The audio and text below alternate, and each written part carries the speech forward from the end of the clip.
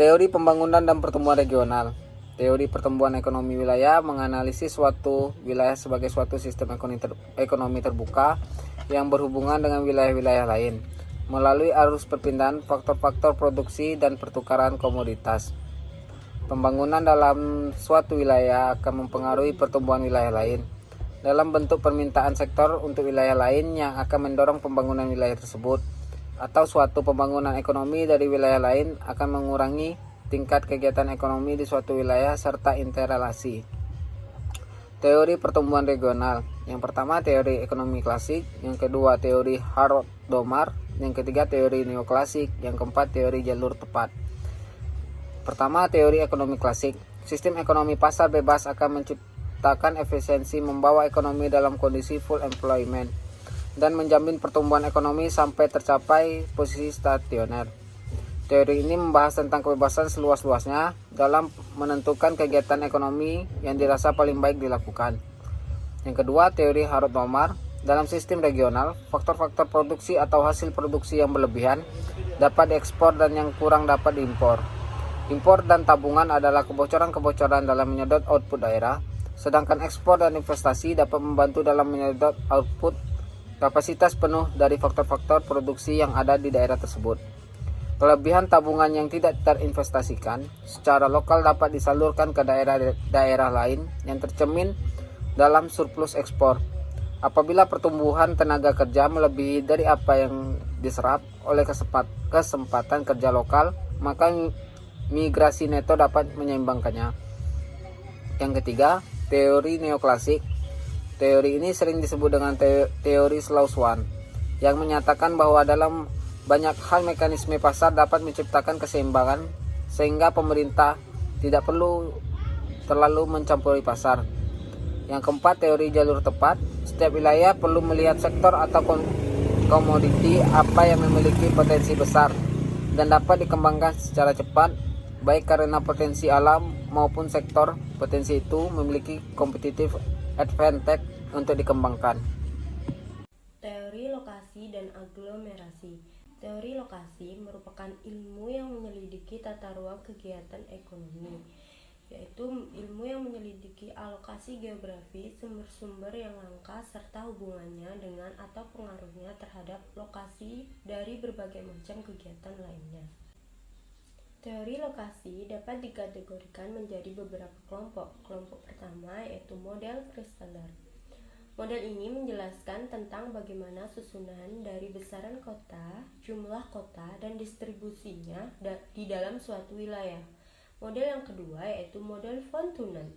Model ini pemilihan lokasi perusahaan industri lebih banyak ditentukan dari kemampuan perusahaan yang bersangkutan untuk membayar sewa. Teori ini lebih banyak berlaku untuk pemilihan lokasi pada daerah perkotaan di mana harga dan sewa tanah sangat tinggi sehingga merupakan bagian ongkos produksi yang cukup menentukan digarapnya. Jadi pemilihan lokasi banyak ditentukan oleh besaran ongkos. Aglomerasi. Aglomerasi merupakan ekonomi eksternal di mana perusahaan dapat memperoleh keuntungan karena berada pada lokasi yang berdekatan dengan perusahaan lain. Aglomerasi dapat berupa aktivitas ekonomi maupun aktivitas lain, termasuk di dalamnya adalah penduduk perkotaan. Aglomerasi industri cenderung terjadi di lokasi yang memiliki potensi serta kemampuan dalam penyediaan infrastruktur. Selain itu juga adanya manfaat yang diperoleh akibat lokasi yang berdekatan dengan perusahaan lain. 3. Teori tempat sentral. Menurut teori ini, bahwa fungsi pokok suatu pusat kota adalah sebagai pusat pelayanan bagi daerah-daerah belakangnya yang mengemban fungsi sosial ekonomi, bertindak untuk melayani daerah interlandnya atau desa, atau kota lainnya yang mempunyai pengaruh hubungan yang kuat. Kota yang mampu melayani masyarakat kota selalu dikaitkan dengan sosial ekonomi utama suatu kota. Fungsi kota dicerminkan oleh kelengkapan dan kualitas fasilitas pelayanan perkotaan yang dimilikinya. 4. Teori kutub pertumbuhan.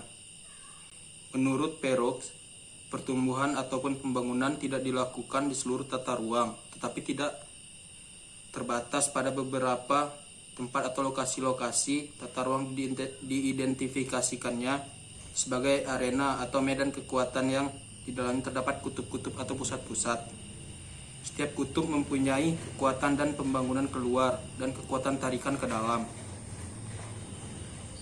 Perkembangan modern konsep titik pertumbuhan terutama berasal dari karya ahli-ahli teori ekonomi regional Prancis yang dipelopori oleh Francis Perrault. Pada tahun 1955 telah mengemban konsep kutub pertumbuhan. Dalam bahasa Prancis disebut sebagai pôle de croissance atau pôle de développement, atau dalam bahasa Inggrisnya disebut growth pole. Teori ini menjelaskan tentang pertumbuhan ekonomi dan khususnya mengenai perusahaan-perusahaan dan industri-industri serta saling ketergantungannya dan bukan pola mengenai pola geografis dari pergeseran industri baik secara intra maupun secara inter. Selanjutnya yaitu teori pembangunan polarisasi.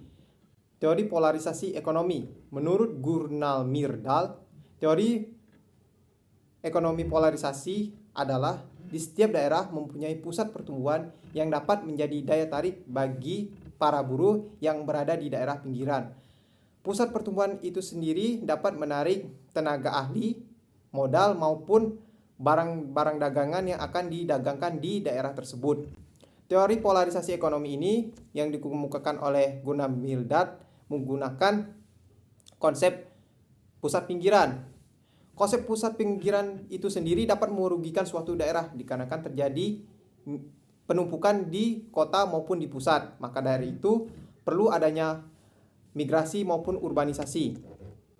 Selanjutnya yaitu pengaruh adanya pusat pertumbuhan. Di sini terdapat dua pengaruh. Yang pertama pengaruh positif. Dengan adanya pusat pertumbuhan dapat terbukanya lapangan-lapangan pekerjaan yang dapat memudahkan para pencari kerja. Yang kedua, banyaknya investasi maupun investor yang menanamkan modal di daerah tersebut. Yang ketiga, upah buruh semakin meningkat. Serta yang terakhir, para penduduk di daerah dapat memasarkan bahan-bahan mentah supaya cepat lakunya di kota maupun di pusat. Yang kedua, pengaruh negatif. Adanya pusat pertumbuhan di sini dapat menimbulkan dampak negatif. Yang pertama yaitu ketimpangan wilayah. Yang kedua, meningkatnya kriminalitas di kota.